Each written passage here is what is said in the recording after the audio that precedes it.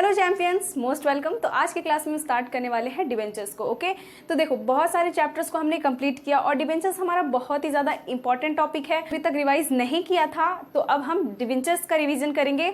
और सबसे पहली बात कि अगर आपने शेयर्स चैप्टर को रिवाइज नहीं किया है अच्छे से तो प्लीज़ जाओ पहले शेयर्स का रिवीजन करके आओ, उसके बाद ही डिबेंचर्स का रिवीजन करो, तभी आपको बहुत ही अच्छे से समझ में आने वाला है। ठीक है, तो शुरुआत करते हैं कि मैंने आपको पहले भी बताया शेयर्स के चैप्टर में कि एक कंपनी जो है वो अपने जो फंड्स हैं, जो कैपिटल वो रेज करती है, जो फंड वो रेज करती है वो अलग अलग जगहों से इकट्ठा करती है। ठीक है, फॉर एग्जांपल कि वो जनता में शेयर्स इशू करके करती है या फिर वो लोन से करती है। तो जब वो जनता को शेयर इशू करती है तो उसे हम बोलते हैं कि कंपनी जो है वो अपने कंपनी का मतलब कंपनी जो है वो कुछ पार्ट जो है वो ऑनरशिप के रूप में एज ऑनरशिप पब्लिक को दे रहे हैं। लेकिन अगर हम बात करें डिबेंचर्स की तो कंपनी यहाँ पे किसी भी पब्लिक को ऑनर नहीं बना रही है, ना ही तो वो किसी भी कंपनी को ये बोल रही है कि मैं आपको प्रॉफिट होगा तभी आपको पैसा दूंगी। नहीं, डिबेंचर्स का मतलब है एक तरह से एक लोन सर्टिफिकेट। ठीक है, डिबेंचर जो है वो एक तरीके का कंपनी का लोन सर्टिफिकेट है और वो कंपनी जो लोन है वो पब्लिक से लेते हैं। ठीक है, अब आपके मन में सवाल आएगा कि कंपनी दो तरीके से डेट मतलब अपने फंड्स को रेज करती है। पहला तरीका है कि वो इक्विटी से और दूसरा तरीका है डेट से। तो इक्विटी का मतलब इक्विटी शेयर्स के चैप्टर में हमने पढ़ लिया। आज की क्लास में हम लोग डेट को समझने वाले हैं। डेट मतलब डिवेंचर्स। तो डेट में सिर्फ डिवेंचर्स तो नहीं होता, बैंक से लोन लिए वो भी डेट में आता है। तो क्या कंपनी सिर्फ बैंक से लोन नहीं ले सकती? कंपनी को क्या जरूरत पड़ता है कि वो पब्लिक से लोन ले? वो ऐसा इसलिए क्योंकि देखो कंपनी अगर चाहे तो क्यों नहीं ले सकती? वो लोन तो कहीं से भी ले सकती है, बैंक से या कोई फाइनेंशियल इंस्टीट्यूशन से भी ले सकती है, लेकिन कंपनी ऐसा नहीं करती। क्यों? क्योंकि बैंक से अगर लोन लेगी तो कोलेट्रल के रूप में बहुत सारी चीज़ों को रखना पड़ेगा। जितना का लोन नहीं है उतना का कोलेट्रल, उससे ज़्यादा का कोलेट्रल, साथ ही साथ एक फिक्स अमाउंट का इंटरेस्ट भी देना पड़ेगा। ठीक है, तो फिक्स अमाउंट का इंटरेस्ट बार बार पे करना और उतना ज़्यादा इंटरेस्ट का लेना बहुत बड़ा मुश्किल हो जाता है, बहुत ज़्यादा प्रॉब्लम का बात होता है। ठीक है, इसलिए भी कंपनी क्या करती है कि पब्लिक से लोन लेती है। ठीक है, और ये लोन सर्टिफिकेट मतलब कंपनी पब्लिक से लोन ले रही है तो कंपनी पब्लिक को एक सर्टिफिकेट देती है जिसे हम लोग बोलते हैं लोन सर्टिफिकेट। ठीक है, लोन सर्टिफिकेट, और इसे ही बोला जाता है डिबेंचर्स। ठीक है, आई बात समझ में? तो बेसिकली आप समझ जाओ कि debentures is a kind of a loan certificate which company issued to public.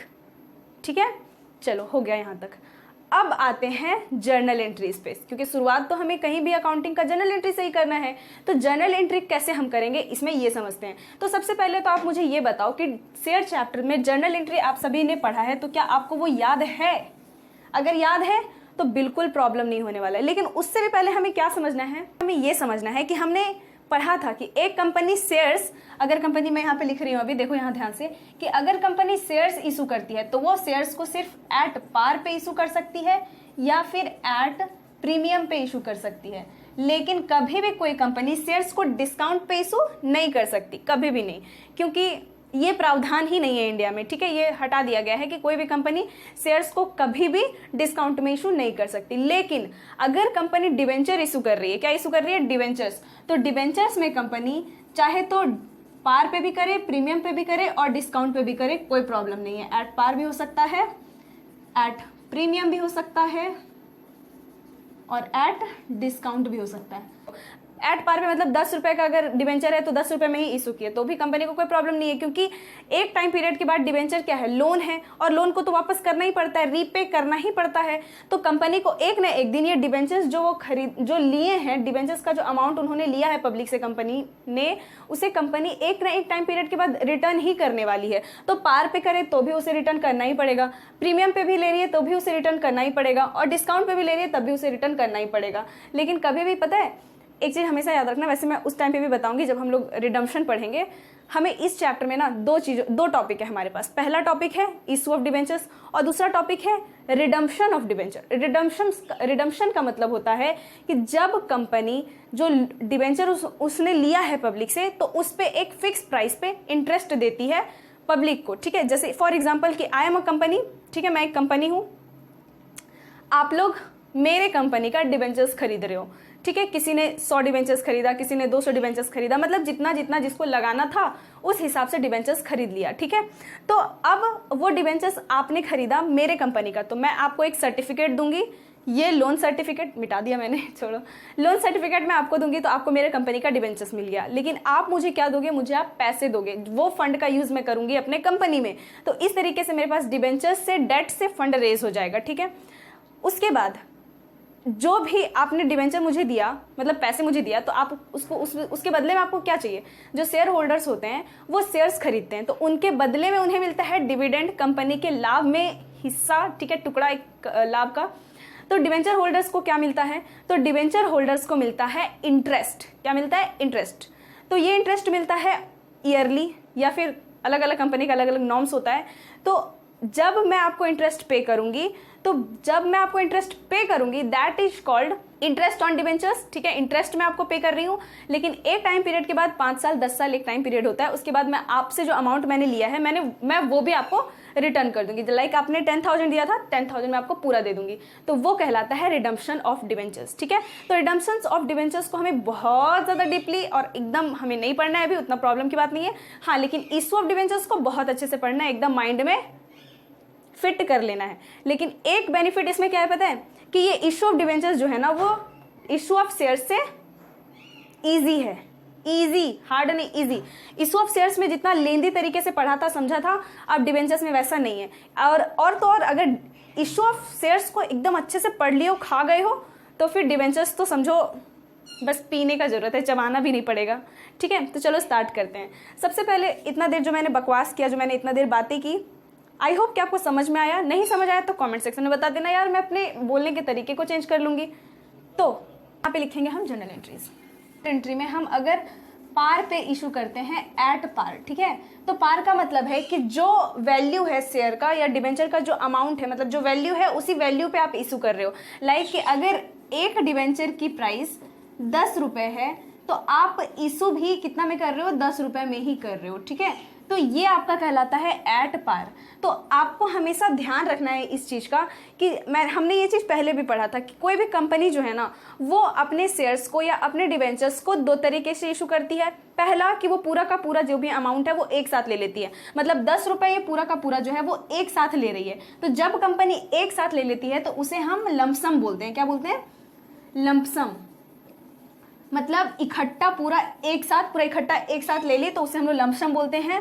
ये एक बार में, at one time, at once, एक ही बार में वो पूरा पैसा मांग रही है।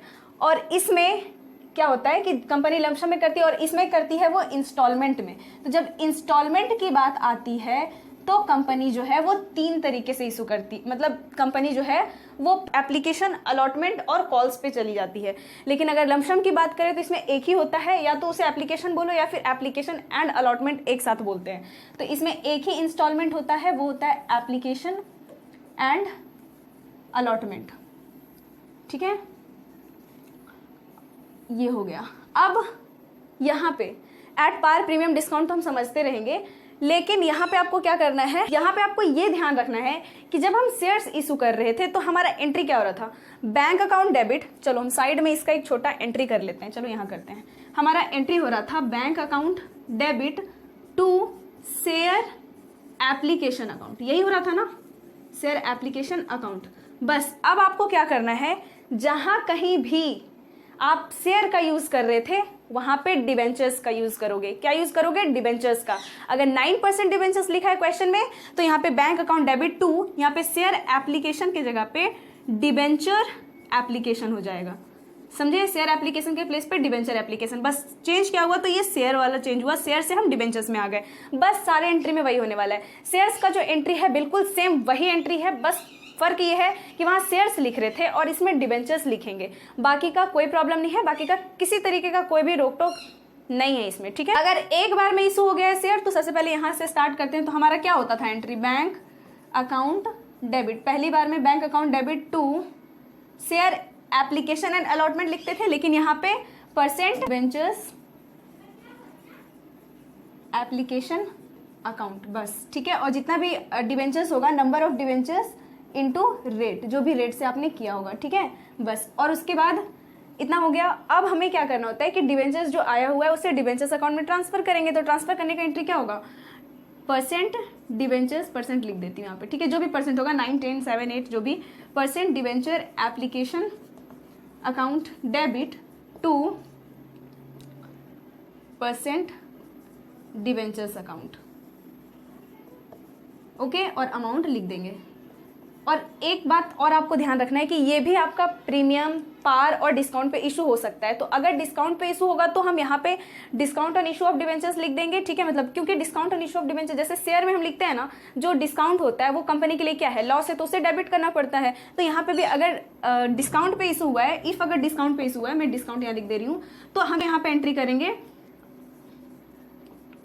Discount on issue of debentures debit, okay. और जितना भी रेट, मतलब मान लो 10 रुपया डिस्काउंट मिला है तो नंबर ऑफ डिवेंचर्स इंटू 10। वैसे भी हम एक क्वेश्चन को सॉल्व करेंगे तो आपको समझ में आ जाएगा। और अगर देखो अगर पार पे है तब तो फिर ये दोनों एंट्री होगा, लेकिन डिस्काउंट पे है तो बीच में ये आ जाएगा। लेकिन अगर प्रीमियम पे इशू हुआ है तो लास्ट में फिर हमें एक 2 सिक्योरिटीज प्रीमियम को ऐड करना पड़ेगा। मतलब इसमें भी जो प्रीमियम होता है वो सिक्योरिटीज प्रीमियम में ही जाता है, वो होता है सिक्योरिटीज प्रीमियम अकाउंट, ठीक है।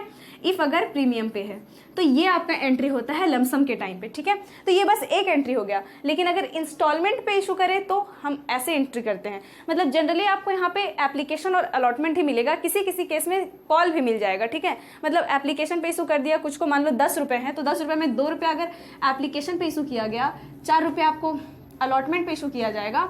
और फिर भी अगर बच गया है, देखो 4 और 2 6 होते हैं, 4 रुपये अभी भी बच गए तो फिर कॉल्स में आएंगे, समझे।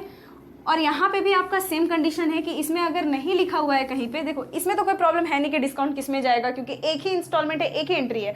लेकिन जब इंस्टॉलमेंट पे हो तो हमें सोचना पड़ता है कि अगर डिस्काउंट पे इशू हुआ है तो डिस्काउंट का एंट्री कहाँ करेंगे, प्रीमियम पे इशू हुआ है तो इसका एंट्री कहाँ करेंगे। तो ये हमारा नोन है पहले से कि अगर क्वेश्चन साइलेंट है, उसमें कुछ नहीं बोला गया है कि प्रीमियम कहाँ पे मिला है, एप्लीकेशन पे मांगा गया है कि अलॉटमेंट पे कि कॉल्स पे, तो हमें सीधा का सीधा समझना है कि जो प्रीमियम है वो हमें अलॉटमेंट पे मांगा गया है, ठीक है। लेट से कि अगर 100 रुपये है डिवेंचर्स का प्राइस, ठीक है, 100 रुपये ईच, और बोल दिया गया कि एप्लीकेशन में जो है वो 40 है, तो अलॉटमेंट में कितना होगा। तो जाहिर सी बात है अगर एप्लीकेशन में 40 है तो अलॉटमेंट में 100 - 40 = 60 होगा एप्लीकेशन में, सॉरी अलॉटमेंट में, ठीक है। वहीं अगर बता दिया गया कि 100 रुपये का डिवेंचर्स है लेकिन इशू किया गया है 90 में, मतलब 10 रुपये जो है वो डिस्काउंट है, ठीक, और फिर एप्लीकेशन पे बोल दिया कि 50 है, ठीक है। तो फिर आप लोग खुद सोचो ना कि अलॉटमेंट पे कितना होगा। मतलब 10 रुपये डिस्काउंट दिया गया है 100 का डिवेंचर्स में, मतलब ये 90 का डिवेंचर होगा पूरा, ठीक है।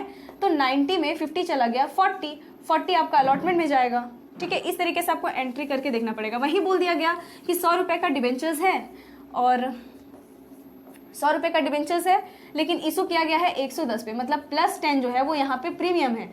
लेकिन प्रीमियम कहाँ पे जाएगा, तो यहाँ पे बता दिया कि एप्लीकेशन में अगर 40 रुपीज़ जा रहा है तो अलॉटमेंट में कितना जाएगा। एप्लीकेशन में अगर 40 है तो अलॉटमेंट पे जाहिर सी बात है 110 में 40 हटा दो तो 70 बचता है, तो ये 70 जाएगा अलॉटमेंट पे, जिसमें से 60 जो है वो अलॉटमेंट का अपना अमाउंट है और 10 रुपए जो है वो प्रीमियम, ठीक है। तो इस तरीके से आपको कैलकुलेट करके देखना पड़ेगा अगर क्वेश्चन में सिर्फ एप्लीकेशन का अमाउंट दिया हुआ है या फिर सिर्फ मतलब एप्लीकेशन का दिया है या साइलेंट है प्रीमियम के बारे में तब, ठीक है। तो ये होता है इसका एंट्री। अब देखो जनरल एंट्री करते हैं सबसे पहली बात तो पार, प्रीमियम और डिस्काउंट को तो हम समझेंगे ही, पर पहले जनरल एंट्री करते हैं। तो एंट्री के टाइम पे ये भी मिटा देती हूँ, ठीक है। इंस्टॉलमेंट के टाइम का कर रहे हैं ना, तो इसमें 2 एंट्री तो सबका होगा ही। तो पहला तो यही वाला एंट्री हो जाएगा, सेम टू सेम यहाँ उतार देंगे, मतलब एप्लीकेशन का एंट्री यही होगा, ठीक है। तो एप्लीकेशन लिखेंगे, एप्लीकेशन का एंट्री होगा, पहले बैंक में रिसीव होता है तो लिखेंगे बैंक अकाउंट डेबिट टू क्या % डिवेंचर्स एप्लीकेशन अकाउंट, ठीक है।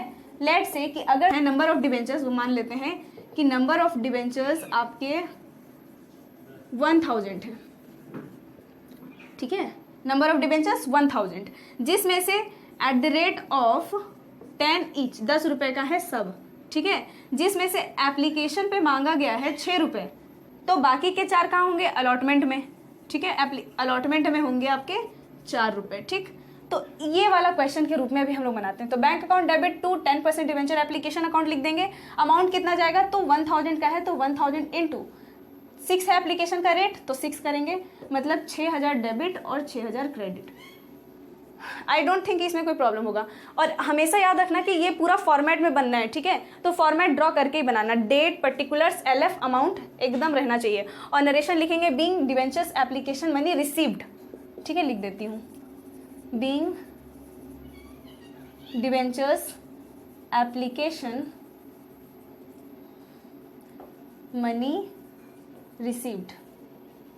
ठीक है, नरेशन एकदम नहीं भूलना है, मैं अभी इतना ही लिखूंगी, बाकी आपको नरेशन भी एकदम अच्छे से ही लिखना है। ठीक है, उसके बाद है आपका कि बैंक अकाउंट तो हो गया। अब ये डिवेंचर्स एप्लीकेशन को डिवेंचर अकाउंट में ट्रांसफर करना पड़ता है, तो इसका एंट्री हम शेयर में क्या करते थे, share application account debit to share capital, share application को डेबिट करते थे टू शेयर कैपिटल। तो यहाँ पे भी डिवेंचर एप्लीकेशन डेबिट होगा टू शेयर कैपिटल के प्लेस पे डिवेंचर्स अकाउंट। ठीक है, तो यहाँ पे होगा 10%, सॉरी परसेंट नहीं दिया हुआ इसमें, चलो परसेंट देना है हमेशा लेकिन फर्स्ट में। ठीक है, जो भी डिवेंचर का नेम होगा, तो डिवेंचर्स एप्लीकेशन अकाउंट हो जाएंगे डेबिट टू क्या, percent debentures account. Okay, percent debentures account, और ये होंगे आपके 6 के नहीं लिखना आप। ठीक है, नरेशन लिखेंगे being debentures application money transfer to debentures account. ठीक है, आई बात समझ में, ये हो गया। नरेशन लिखते जाना। अब ये एप्लीकेशन का एंट्री हो गया। अब अमाउंट, अब एंट्री करेंगे अलॉटमेंट का, और अगर कॉल का होगा तो भी ऐसे ही बस कॉल लिख देंगे। ये तो आपको पता ही है कि जब हम लोग शेयर में करते थे तो कैसे करते थे। तो यहाँ पे पहले हम रिसीव करने का एंट्री लिखते हैं, तो हमें यहाँ पे परसेंट डिवेंचर्स क्या लिखेंगे, अलॉटमेंट अकाउंट डेबिट टू क्या, debentures account, percent debentures account, percent लगा लेना। ठीक है, कितना है 4, मतलब 4000 होगा तो 4000 लिख देंगे। ठीक, कोई प्रॉब्लम नहीं, कोई प्रॉब्लम नहीं है। अब बैंक में रिसीव करने का एंट्री, तो जैसे शेयर का करते थे वैसे ही बैंक अकाउंट डेबिट टू, वहां लिखते थे bank account debit to share allotment account, लेकिन यहाँ पे लिखेंगे bank account debit to debenture, percent debenture allotment account. ठीक है, अमाउंट यही 4000 तो 4000, बस इतना करेंगे जब पार पे होगा। ठीक है, अगर फिर भी इसमें और होता, मान लो ये 12 रुपए का होता, 2 रुपया और होता, तो फिर यहाँ पे कॉल्स का एंट्री हो जाता, और कॉल्स में हम क्या लिखते, percent debentures first call account debit two percent debentures account. ठीक है, ड्यू का एंट्री, फिर रिसीव करने का bank account debit two percent debentures call account, debentures first call या सेकंड कॉल, जो भी कॉल का नेम होगा वो लिखेंगे। चलो ये समझ आया। ये होता अगर पार पे होता। जल्दी से स्क्रीनशॉट लो क्योंकि फिर प्रीमियम का बताऊंगी। ये हो गया, चलो ठीक है। अब अगर प्रीमियम पे इशू कर रहे हैं, मतलब कि समझ में आया ना, ये पार वाला कैसे करेंगे, मैं इसी में थोड़ा सा चेंजेस करके प्रीमियम का बताऊंगी। ठीक है, तो मान लो कि यहाँ पे 10 रुपए का है लेकिन +2 प्रीमियम है, मतलब 6 रुपये एप्लीकेशन का है और अलॉटमेंट पे 4 + 2 हो गया, मतलब अलॉटमेंट पे 6 रुपया हो गया। ठीक है, प्रीमियम हो गया इसमें शामिल। तो जब भी प्रीमियम हो तो कोई भी कंपनी पहले तो जानती है ना कि उसे प्रीमियम में अगर इशू कर रही है वो, तो उसको प्रीमियम का पैसा मिलेगा। तो इसमें बैंक के टाइम वाला में एंट्री नहीं करते, बल्कि ड्यू के टाइम वाला में ही इसका एंट्री हम कर लेते हैं, जैसे कि हमने शेयर्स में भी किया था। तो यहाँ पे भी हमें वही करना पड़ेगा, जो प्रीमियम है 2 रुपये का वो हमें लिखना पड़ेगा। तो वो कहाँ लिखेंगे, इधर, टू सिक्योरिटीज प्रीमियम अकाउंट। कितने का है, देखो 2 रुपये का है, तो 1000 पे 2 रुपया प्रीमियम है, मतलब 2000, मतलब कि अब डिबेंचर्स अलॉटमेंट में कितने आएंगे, 6000 आएंगे, तो 6000 लिख देंगे। समझे, ये होता अगर प्रीमियम पे होता। ठीक है, तो प्रीमियम का समझ आया। लेकिन अगर डिस्काउंट पे होता तो, कि मान लो कि 10 रुपये का है लेकिन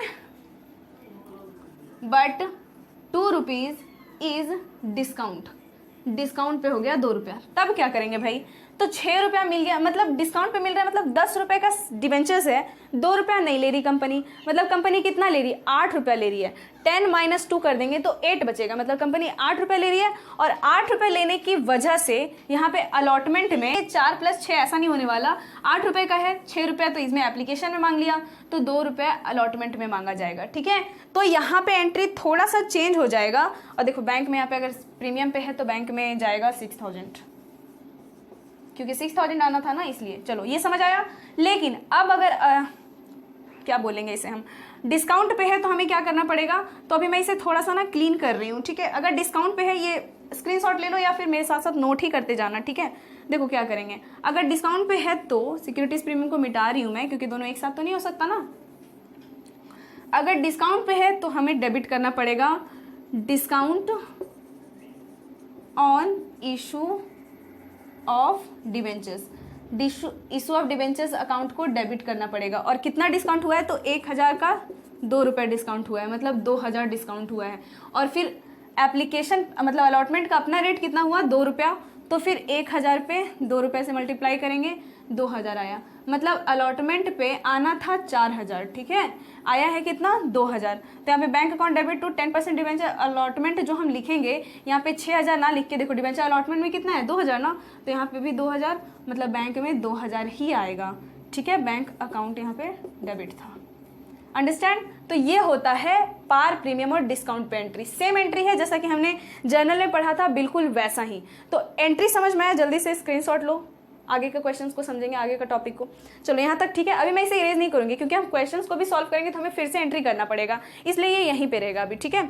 अब हमारे पास एक आता है, हाँ, जब हम लोग शेयर्स पढ़ रहे थे तो उसमें हमने पढ़ा था एक टॉपिक को कि कोई कंपनी 10,000 शेयर इशू कर रही है, लेकिन पब्लिक जो है वो 20,000 खरीद ले रहे हैं, 15,000 खरीद ले रहे हैं, 50,000 खरीद ले रहे हैं। तो ऐसा कैसे हो रहा है, तो ऐसा हो रहा है क्योंकि जो कंपनी जो जितना भी शेयर इशू कर रही है उससे ज्यादा लोग खरीद ले रहे हैं, इसलिए ऐसा हो रहा है। तो इस टॉपिक को हम लोग बोलते हैं ओवर सब्सक्रिप्शन। इतना समझ में आया ना, अब मैं इसे इरेज कर रही हूँ, समझ जाना कि कैसे करते हैं।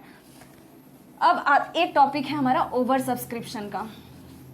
देखो, अंडर सब्सक्रिप्शन तो होगा ही नहीं, फिर भी अगर आपका मन कहता है कि होगा अगर अंडर सब्सक्रिप्शन, तो हम एंट्री कैसे करेंगे, तो जितना आया है उतना से ही मल्टीप्लाई करेंगे, जितना नंबर ऑफ डिवेंचर्स खरीदे गए पब्लिक के द्वारा उतना से ही एंट्री करेंगे सब में, बस। अंडर में कोई प्रॉब्लम नहीं होता है। लेकिन ओवर सब्सक्रिप्शन की अगर बात करें तो कंपनी का जितना डिवेंचर्स है उससे ज्यादा डिवेंचर्स अगर पब्लिक खरीद ले रहे हैं तो उसे ओवर सब्सक्रिप्शन बोलते हैं। हम ओवर सब्सक्रिप्शन का टॉपिक शेयर्स में भी पढ़े हैं। उसमें कंपनी क्या करती है, तो कंपनी के पास राइट तो बिल्कुल नहीं है कि ज्यादा पैसा आ गया तो रख ले, नहीं। वो क्या कर सकती है कि कुछ जो ज्यादा पैसा है उन सबको वापस कर सकती है, पब्लिक को जितना ज्यादा है उतना वापस कर देगी, या फिर कंपनी चाहे तो उसे आगे के जो कॉल्स हैं या जो आगे के जो इंस्टॉलमेंट्स हैं उस पर एडजस्ट कर लेगी, या फिर प्रोराटा बेसिस पे कर लेगी। तो प्रोराटा बेसिस में हमें एनालिटिकल टेबल बनाना पड़ता था, प्रोराटा अलॉटमेंट याद है ना शेयर्स का, लेकिन उतना खतरनाक यहाँ डिवेंचर्स में नहीं है। डिवेंचर्स में इजी है, डिवेंचर्स में आपको कोई प्रॉब्लम नहीं होता, क्योंकि हमें शेयर्स में पढ़ना पड़ता है कि XYZ जो है वो पहले अलॉटमेंट पे एडवांस दे दिया था, लेकिन बाद में वो कुछ अमाउंट का पैसा नहीं दिया, तो उसका फॉरफीचर हो गया, कॉल्स इन एरियर हो गया, कॉल्स इन एडवांस हो गया। तो ऐसा इसमें कुछ नहीं होने वाला, फॉर फीचर रीइशू का टॉपिक इसमें है ही नहीं, तो प्रॉब्लम ज्यादा होगा भी नहीं। इसमें आपको क्या करना है ओवर सब्सक्रिप्शन में, तो 2 तरीके हैं। पहला है कि कंपनी जो है वो over money can be refunded, refund कर देगी, ठीक है, can be refunded, over money जो है रिफंड कर देगी। सेकेंड, एडजस्टमेंट हो सकता है, एडजस्ट ऑन नेक्स्ट कॉल्स या नेक्स्ट इंस्टॉलमेंट्स पे एडजस्ट कर सकती है, या फिर थर्ड, प्रोराटा बेसिस पे रख सकती है, ठीक है। प्रोराटा बेसिस का ना ज़्यादा आपको प्रॉब्लम ही नहीं है, दोनों में लगभग सेम ही टाइप होगा। मतलब जो भी एक्स्ट्रा अमाउंट हो जाएगा उसे आप इसमें एडजस्ट कर दोगे, मतलब अलॉटमेंट में, और फिर भी बच गया तो कॉल्स में, और फिर भी बच गया तो रिटर्न, ठीक है। ये होता है प्रोराटा में, आगे के कॉल्स में एडजस्ट कर देते हैं। ये हम पढ़े हुए हैं शेयर्स के चैप्टर्स में, ठीक है। तो यहाँ पे भी वही है, सेम थिंग, बस हो गया। अब ओवर सब्सक्रिप्शन का क्वेश्चन कैसे सॉल्व करते थे पता है ना, कि जब मान लो कि कोई कंपनी है वो 10,000 डिबेंचर्स वो इशू करती है, ठीक है, सुनो यहाँ ध्यान से, लेकिन पब्लिक जो है वो 12,000 डिबेंचर्स परचेस्ड, पब्लिक के द्वारा इतने खरीद लिए जाते हैं। एक्स्ट्रा कितना है, 2,000, मतलब ये 2,000 का पैसा पब्लिक के पास फालतू का, मतलब कंपनी के पास फालतू का आ जाएगा, है ना। तो कंपनी क्या करेगी उसे, 2,000 के पैसे को तो वो रिफंड कर सकती है, या फिर एडजस्ट कर सकती है इंस्टॉलमेंट पे, या फिर प्रोराटा बेसिस पे रख सकती है, ठीक है। प्रोराटा बेसिस सिंपल है। नेक्स्ट सेकंड और थर्ड वाला पॉइंट जो है ना वो थोड़ा सा सिमिलर हो जाएगा आपके लिए, क्योंकि एडजस्ट कर लेगी अगर अलॉटमेंट पे, तो अलॉटमेंट पे कुछ पैसे आ जाएंगे, ठीक, बस अलॉटमेंट पे रखा गया। लेकिन प्रोराटा में क्या है, अलॉटमेंट पे रखा गया, अगर उतना ही पैसा था अलॉटमेंट पे रखा जा रहा है पूरा, तो बस ठीक है, दोनों सेम हो जाएगा। लेकिन अलॉटमेंट पे रख के थोड़ा सा बच गया है तो कॉल्स पे कर दो, कॉल्स पे भी रख के बच गया है तो आगे भेज दो। तो इसमें आप टेबल बना भी सकते हो, और नहीं भी बनाओगे तो भी कोई प्रॉब्लम नहीं है, आराम से सॉल्व हो जाएगा। देखो, अब हम ये वाला जो टॉपिक अभी हमने उठाया है इसे यहाँ पे समझते हैं। क्या है कि ये जो 2000 है इसे हम यहाँ पे हम सॉल्व करते हैं। चलो पहले तो अमाउंट को क्लीन कर दो, ठीक है, क्योंकि हमें अमाउंट को देखना है। चलो ये समझ आया। डिस्काउंट वगैरह, अगर डिस्काउंट भी होगा तो कैसे करेंगे, तो सिंपल है, डिस्काउंट होगा तो इधर वाले में एंट्री कर देंगे, ठीक है। ये 12,000 खरीदा गया, रेट था डिवेंचर का 100 रुपया, 100 ईच, जिसमें से एप्लीकेशन पे था 50, एप्लीकेशन पे 50 रुपया मांगा गया, अलॉटमेंट पे मांगा जाएगा 50, ठीक है। तो सिंपल एंट्री करेंगे। चलो यहाँ तक पहले तो अभी ऐसे ही समझते हैं, बाद में हम इसमें और ऐड करेंगे डिस्काउंट और प्रीमियम, वो सब हम, पता है मैंने at least 10 to 20 questions previous year question से उठाए हुए हैं इस चैप्टर के आप लोग को करवाने के लिए, और वो सारे इंपॉर्टेंट क्वेश्चंस है। तो पहले मैं बेसिक कंप्लीट करवा रही हूँ, चैप्टर्स का जो बेस है, जो थ्योरी है, जो क्या बोलेंगे कॉन्सेप्ट है, वो आपके माइंड में चला जाएगा ना। उसके बाद आपको मैं कितना भी क्वेश्चन करवा दूं सब आपके माइंड में अच्छे से बैठ जाएगा, लेकिन ऐसे ही मैं बताऊंगी तो आपको नहीं बैठेगा। इसीलिए मेरा मेन मोटिव था आज का ये क्लास को लाना, ठीक है। तो सबसे पहला क्या है कि डिवेंचर्स इशू किए, तो आ गया कितना, bank account debit to debentures application कितना आ गया होगा। तो सोचो पब्लिक ने खरीदा है 12,000, तो 12,000 ही आया होगा ना, 12,000 ही आया होगा। फर्स्ट में तो जितना पब्लिक ने खरीद लिया वही आता है। तो 12,000 इंटू रेट कितना है एप्लीकेशन का 50, मतलब इतना आ गया होगा। देखो कितना जीरो है, 3 और 1 4, 1 2 3 4, 12 पचे 60, मतलब 6 लाख रुपए आ गए होंगे एप्लीकेशन के टाइम पे। लेकिन मैंने क्या बोला कि ये 2000 है, 2000 कंपनी ये तीनों में से कुछ भी करेगी, तो ये तीनों में से कुछ भी करके देखते हैं होगा क्या। तो debentures application account debit to debentures account, अगर कंपनी रिफंड कर रही है तो यहाँ पे एक और हो जाएगा टू बैंक अकाउंट, ठीक है। और यहाँ पे क्या हो जाएगा आपका, देखो बैंक में कितना जाएगा, तो एक्स्ट्रा कितना आया हुआ है 2000, तो 2000 लिखेंगे, और कितने रेट से 50, तो 50 के रेट से, मतलब यहाँ पे होगा आपका 5 to 10, 1 2 3 4, मतलब 1 लाख एक्स्ट्रा था। और डिवेंचर्स के सामने कितना जाएगा, तो कितना है 10,000 इशू हुआ था ना, तो 10,000 इंटू 50 के रेट से, मतलब 5 लाख रुपए डिवेंचर्स का अपना अमाउंट था, बाकी का 1,000 रिटर्न कर दिया गया, तो ये बचा, ठीक है। चलो ये पहला समझ में आया कि अगर रिफंड करेंगे तो टू बैंक अकाउंट लिखेंगे नीचे, ठीक है। वैसे ही जैसे शेयर्स में करते थे, बिल्कुल सेम है। अगर शेयर्स का कॉन्सेप्ट माइंड में है ना, तो ये डिवेंचर्स का कॉन्सेप्ट तो एकदम कुछ है ही नहीं, पानी है, ये बस बह जाएगा ऐसा, ठीक है। उसके बाद देखो एडजस्ट ऑन नेक्स्ट इंस्टॉलमेंट, दूसरे इंस्टॉलमेंट पे अगर हम एडजस्ट कर देते, मतलब ये जो 1 लाख एक्स्ट्रा आया है उसको अलॉटमेंट पे एडजस्ट कर देते, तो क्या एंट्री होता, कुछ नहीं। जहां पे बैंक लिखे हैं वहां पे 2% डिवेंचर्स अलॉटमेंट अकाउंट लिखते, बस that's it, that much easy, इतना इजी था ये। अब जब अलॉटमेंट का एंट्री करते तो हम क्या करते, bank account debentures allotment account debit, यहाँ पे ये मिटाओ बीच वाला, debentures allotment account debit to debentures account, मतलब परसेंट डिवेंचर्स अकाउंट, ठीक है। और यहाँ पे क्या जाता, तो कितना आना था डिवेंचर्स में, तो इसमें भी 5 लाख रुपए आने थे डिवेंचर्स में, ठीक है, था वो यहाँ पे लिखेंगे, ठीक है, ड्यू का एंट्री।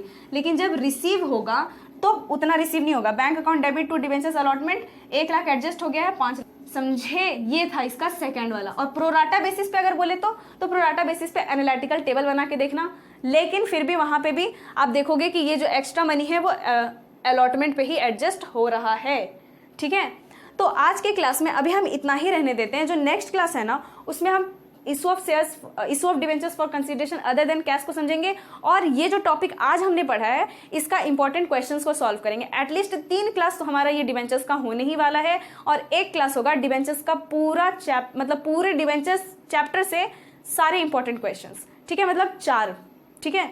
तो बने रहना क्लास के साथ। आज के लिए इतना ही।